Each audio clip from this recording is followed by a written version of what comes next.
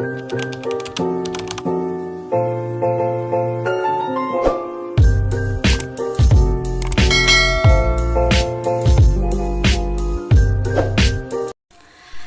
jadi unsur intrinsik adalah unsur pembangunan karya sastra yang terdapat pada suatu karya sastra tersebut. Adapun unsur intrinsik yang terdapat pada prosa fiksi yaitu tema, tokoh, alur atau plot, konflik, klimaks, latar, amanat, sudut pandang, dan penokohan. Nah, selanjutnya kita masuk pada pembahasan. Yang pertama yaitu ada tema.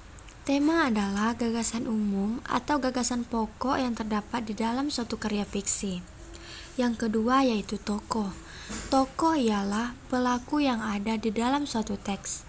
Tokoh mempunyai dua peranan, yaitu tokoh utama dan tokoh tambahan di dalam cerita. Yang ketiga, alur. Alur merupakan suatu hal yang mengungkapkan semua kejadian cerita di dalam suatu karya fiksi tersebut. Yang keempat yaitu konflik. Konflik merupakan suatu permasalahan yang dihadapi para tokoh yang ada di dalam karya fiksi. Yang kelima yaitu klimaks. Klimaks merupakan puncak dari permasalahan yang ada di dalam cerita. Yang keenam latar. Latar merupakan hal yang membahas tentang tempat, waktu, atau lingkungan di suatu cerita tersebut. Yang ketujuh yaitu amanat. Amanat merupakan pesan yang terkandung di dalam cerita. 8. Sudut pandang. Sudut pandang merupakan cara pandang pengarang. Yang terakhir yaitu penokohan. Penokohan merupakan hal yang menampilkan isi-isi yang ada di dalam tokoh tersebut. Unsur intrinsik yang ada di dalam puisi. Unsur intrinsik yang ada di dalam puisi terbagi menjadi 9 bagian. Yang pertama ada tema. Tema merupakan gagasan pokok yang ada di dalam puisi yang diutarakan oleh penyairnya sebagai pembangun suatu karya puisi. Yang kedua ada topik. Topik ialah inti utama dalam keseluruhan isi tulisan. Topik lebih personal dibandingkan dengan tema.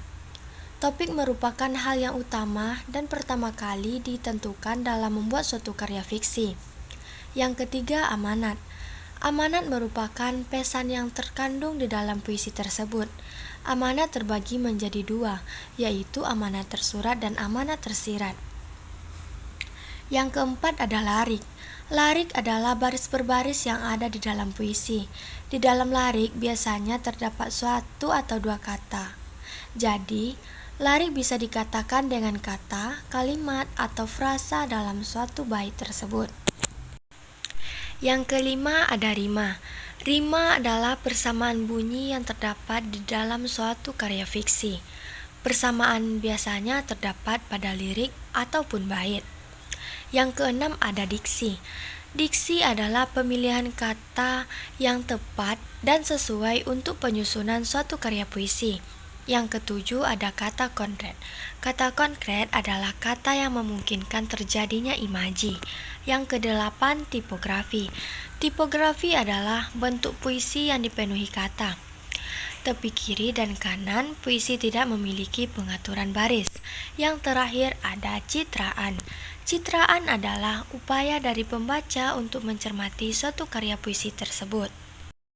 Nah, jadi perbedaan unsur intrinsik prosa fiksi dan puisi adalah yang pertama, unsur intrinsik prosa fiksi terdapat tokoh, sedangkan puisi tidak menggunakan tokoh di dalam karyanya. Yang kedua, di dalam prosa fiksi mempunyai alur sebagai pembangun karyanya, sedangkan puisi tidak menggunakan alur. Yang ketiga, karya prosa fiksi tidak mempunyai baris atau pengaturan baris, sedangkan puisi mempunyai aturan baris. Yang keempat, puisi mempunyai tipografi, sedangkan prosa fiksi tidak.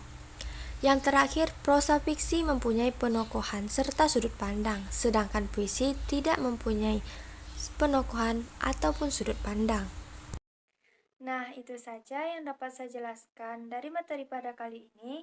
Lebih dan kurang saya mohon maaf. Wabillahi taufiq wal hidayah. Wassalamualaikum warahmatullahi wabarakatuh. See you di video selanjutnya. Bye-bye.